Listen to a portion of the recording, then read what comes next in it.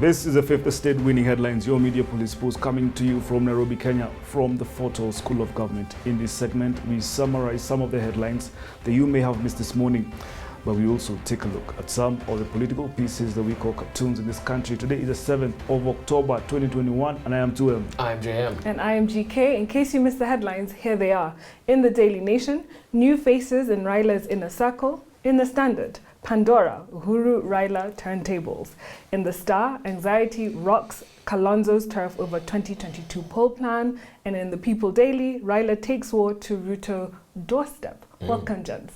Yes. What are we discussing? Asante, inspired by the Standard, I'd like to continue with a commentary on the Pandora Papers. Now, the international press have come out complaining about media capture in Kenya. In this piece, for example, Gadara, writing for Al Jazeera, says, our national media are doing a disservice by framing the revelations as an issue of legality rather than morality. You know, it irks me that the third world is being given such enormous grief over these Pandora Papers. Yeah. Rather than talk about media capture, what they ought to be doing is focusing on the greater international conspiracy around tax havens. For example, did you know that nearly 2/3 of world trade goes through tax havens? Let me reveal something even more shocking. The world's most prominent offshore system is centered around the United Kingdom. Now, here's some historical tidbits. As the British Empire disintegrated throughout the 20th century, it was keen to maintain its political relationships. Now, these relationships, beginning in the 1980s, courtesy of Margaret Thatcher, formed an elaborate system of secrecy jurisdictions that it carefully then layered into three, like a spider web. Here's how it's structured. Layer 1 consists of the three crown dependencies, Jersey, Guernsey, and the Isle of Man. These dependencies are still substantially controlled by the UK, but cleverly, they're independent enough that the Brits can deny any responsibility if any other country complains about them being tax havens. Layer 2 consists of the 14 overseas territories, again, of the United Kingdom, and it includes some of the most famous tax havens. The Cayman Islands, for example, is part of this layer. The Cayman Islands are the world's 5th largest financial center and one of the most globally infamous tax havens. And the third layer includes secrecy jurisdictions like Hong Kong, Singapore, and Bahamas, and so on. Now, in the same way that a spider web catches insects, the British web catches money from nearby countries. It attracts that money, then launders it and funnels it back to the city of London, back to London where it's invested. And so here's an example. Imagine a well-known French mercenary, Belgian mercenary for that matter, operating in Congo, who wants to invest his money in something legal. He can't just go to London and deposit all that money into an account, illegal money or warlord and what have you. Instead, he will pay it into a trust fund in a layer 3 country like Bahamas. That trust in the Bahamas will then send it to another trust in Jersey, for example, which will then invest it in a real estate fund in London. The British spider web is the largest system of its kind in the world. This web is so large and so elaborate that it holds over 1/3 of all international bank assets. So, Gadara and John Alanamu, before you begin lambasting our populace, our media capture, why don't you shine a light on people like the Financial Times in London, people like The Guardian, and ask them why they are shielding the Bank of London and all these other major banks from this major fraudulent operations going on. And so here's a book recommendation for you guys, you Afro skeptics. Treasure Islands by Nicholas Shaxson. It's all in there, and many other books. You need to disabuse yourselves of this ignorance. Jim, you know what they should, people like Namu and these other guys who are sponsored by Soros. If it was not for tax havens, they would not have their jobs. Absolutely. All of civil society. Exactly. If Soros does not fund you with his money, and he's one of the largest, has one of the largest portfolios in tax havens, you guys will not have jobs. So, and if tax havens collapse, guess what? This whole British financial system that is the biggest, it collapses. Wow. So the whole world is complicit here. Precisely. So, pivoting to Raila, the fifth. It is apparent that this is the man who has the best chance to be a transitional president for this succession election. But he will need a new map to credibly woo the people of the mountain for the first time. So, it is said in 64 BC, Marcus Cicero was running for the post of Roman consul. Cicero was a brilliant man and gifted speaker with a burning desire to gain the highest office in the ancient republic, just like Raila. So his brother Quintus offered him some advice on how to win the election. He said, "My dear Marcus, you have many wonderful qualities, but those you lack you must acquire, and it must appear as if you were born with them." Now there are certain qualities Rao already has, gift of gab and all that, but when talking to Gamba, he must amplify shamelessly some things. Number one, promise everything to everyone. Yes. Tell them what they want to hear. Yes. People will be much angrier with a candidate who refuses to make promises than with one who, once elected, breaks them. Yes. In theory, people base their behavior on calculating the costs and the benefits, and there is no better group of people better at calculating cost and benefit than those from the mountain. Yeah. Number two, flatter these voters shamelessly, and it must be unashamedly. Be directed to those people from the mountain. These are the people with 5.6 million, soon to be 8 million voting bloc. Yeah. For Raila to credibly woo them, he must speak in a language that they understand. And this is the language of currency, of exchange. Basically, what is in it for them. Number three, Raila must call in all favors. For those Rao has helped in the past, let them know right now that it is payback time. Remind them all that now is the time to make good on what they owe him. Yes. For starters, all those who have benefited from the peace of the handshake owe him bigly. That's right. Number four, know your opponent's weakness and exploit them. So for Raila, if someone has unexplained wealth from chicken farming or has grabbed airport runways, call them out. If they have orchestrated murders, call them out. If they have run parastatals to the ground, the time is now. Call them out. Yes. Assess your opponent, then focus relentlessly on his weaknesses. Yes. So we at the Fortall School of Government know that it is essential that one has a theory on how to win the election. For Raila, for the first time, it is understanding that those from the mountain will always tell the emperor when he is naked. They will not rush to let Raila know that he is handsome beyond compare when he is naked. So if Gemma is currently frustrated or lost, Raila must demonstrate that he is Jabba. He will lead the way. GK, Indeed. You forgot one thing. What? If he's killed Kikuyus, call him out. Hey, okay. It's Thursday, ladies and gentlemen, and as usual, I have a story for you, Kikuyus. Yes.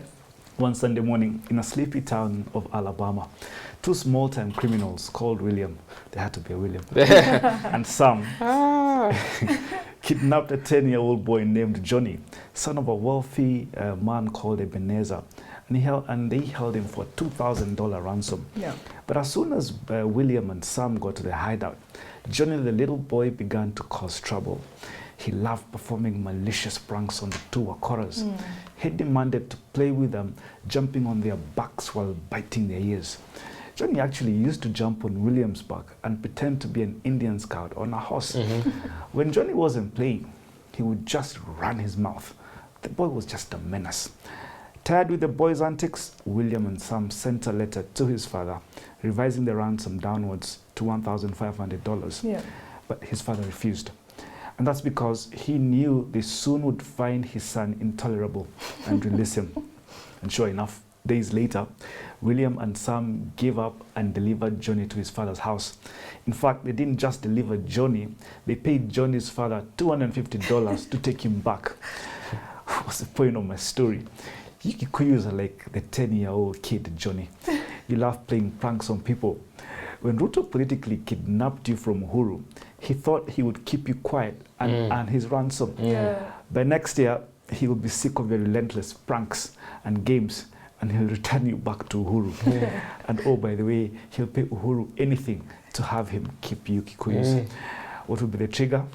If any, Paul Gishero. Ooh, Okay, so we have a three-part criteria that we're going to use to break down the headlines. We'll ask ourselves, is it topical or speculative? Is it repetitive or groundbreaking? Is it thoughtful or just plain lazy? I'm drawn towards the standard. Anything that is telling us that we're sort of getting a different narrative on the Pandora Papers, I think is in the right direction. Absolutely. I second. There you have it. Standard gives us our winning headlines. And now our final thought. It is inspired by a book entitled The Skeptic's Guide to the Universe. How to know what's really real in a world full of fake. It is written by Dr. Steven Novella, Bob Novella, Cara Santa Maria, Jay Novella, and Ivan Bernstein. So a book by a committee? Yes, a book by a whole committee came together to write a book. But anyway, they did it justice. Now, this is a book I'd like to dedicate to all Kenyans, particularly those who get swayed by holier-than-thou publications like the Pandora Papers. It is important to note that we live in a world overflowing with misinformation, bias, myths, deception, and flawed knowledge. There really are no ultimate authority figures. No one has a secret, and there is no place to look up definitive answers to our questions, not even Google. But by thinking skeptically and logically, we can combat sloppy reasoning, bad arguments like Hustler Nation, superstitious thinking. It is difficult and it takes a lot of vigilance, but it's worth the effort. Now, this book helps explain the tenets of skeptical thinking and debunk some of the biggest scientific myths, fallacies, and conspiracy theories like anti-vaccines or homeopathy or UFO sightings. It helps make sense of what seems like an increasingly crazy world using powerful tools like science and philosophy. The Skeptic's Guide to the Universe is your guide through this maze of modern life. It covers essential and critical thinking skills, as well as giving you insight into how your brain works and how to avoid common pitfalls in thinking. The book also discusses the difference between science and pseudoscience, how to recognize common science, new tropes, how to discuss conspiracy theories with that crazy coworker of yours, and how to supply all of this to everyday life. GK, this is your book. So sit back and take out your notebooks. Wow. All right, the fallacy I'd like to talk about today is the appeal to antiquity. The appeal to antiquity is closely related to the appeal to authority. And in this case, the alleged authority is this assumption that because an idea has stood the test of time, it must be valid. Well, that's wrong. Many ideas and notions from millennia ago survive and flourish into the 21st century as virtual monuments to ideas of the past. An uncontroversial example, or maybe controversial because this is still practiced in some parts of the world, is bloodletting, which is part of an entire system of treatment called Galenic medicine, descended from Greek practice. So this is based on the notion of the four humours, right? This Galenic practice. The four humours was an ancient framework adopted by ancient Greek and Roman physicians and philosophers in the field of medicine that held all illnesses are due to an imbalance of four parts of the body, or four elements of the body: blood, phlegm, yellow bile, and black bile. And that illnesses then were caused by some imbalance in one of these four humours. So in this system, the reason you did bloodletting is that it reduced, for example, excess blood, right? There was an imbalance, so you do bloodletting, it removes the blood, and you get back to normal. Now, this system of belief survived for about 2,000 years, during which time it was extensively practiced in Kenya. It was only phased out the other day after independence. This didn't fade away too long ago, but it faded with the advent of germ theory, which was able to show that many diseases previously thought to be humoral were in fact caused by pathogens.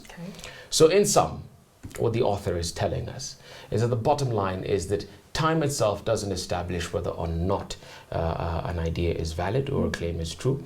We still need to rely on logic and evidence. Nice. The four humours.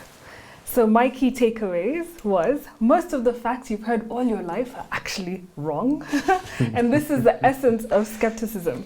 How do you know what to believe and what to doubt? And so the authors encourage us to think that the notion of thinking for yourself and questioning everything is what actually empowers you in the end, right? So one of the things they talk about is something called neuropsychological humility, the knowledge of all the ways in which our brain function is limited or flawed. And I want to focus a little bit on something we all have, memories of our childhood, of past loves, whatever it is. And they say that memories are malleable. Memories are flawed from the moment we construct them. But they're also not stable over time. So 2M remembers this fond love of, the love of his life, but it actually may not even have played out the way that he thought it was. And they say that each time we recall a memory, we're actually reconstructing and updating it. So maybe she was beautiful, or maybe she was, whatever it is, but you keep reconstructing and updating it over time. Memory, like perception, emphasizes internal consistency.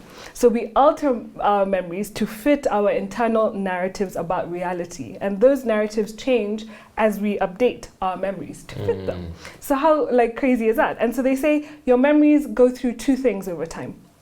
Fusion, this is a way in which we mold our memories, where we fuse the details of different memories, even combining two separate memories into one.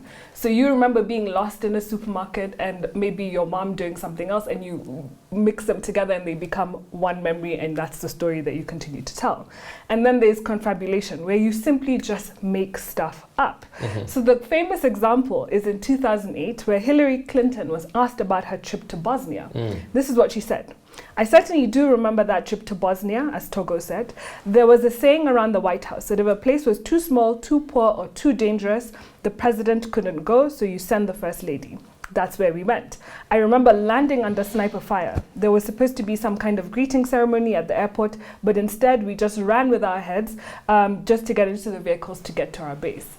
Now, in the age of video, this video was then played, and nothing like she had described had happened.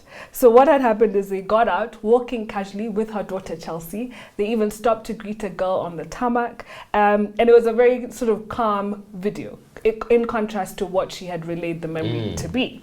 Now, this is an example of what our brain does to us. It's not really an accusation on Hillary's part, but what she does is she remembers the fear and anxiety that surrounded her trips to troubled parts of the world.